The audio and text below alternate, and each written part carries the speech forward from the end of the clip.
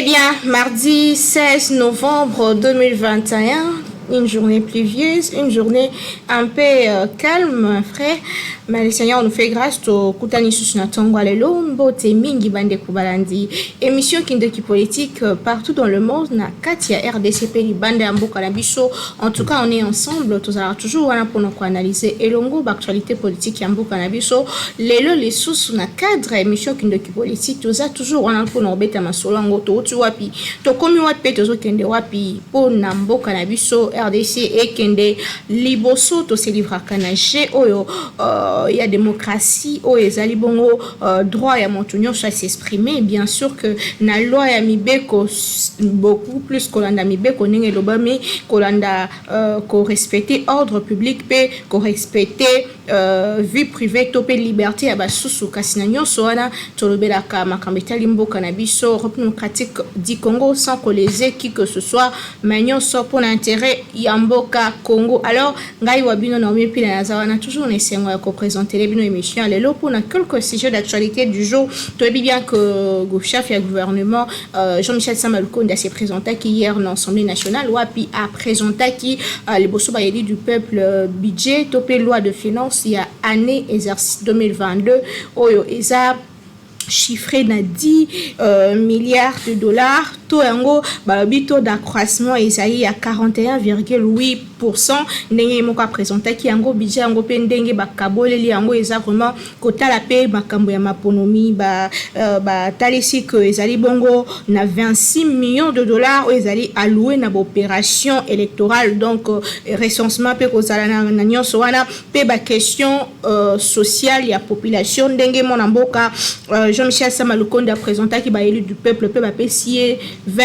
48 heures pour que azonga lisusu libosa ba élu du peuple pour na kopé ça ba réponse na ba préoccupation nango sima loi wana ekoleka ba na adoption nango na Assemblée nationale soki ezali malamu nde ba kambi topi ba élu du peuple ba commune na yango et c'est que ba que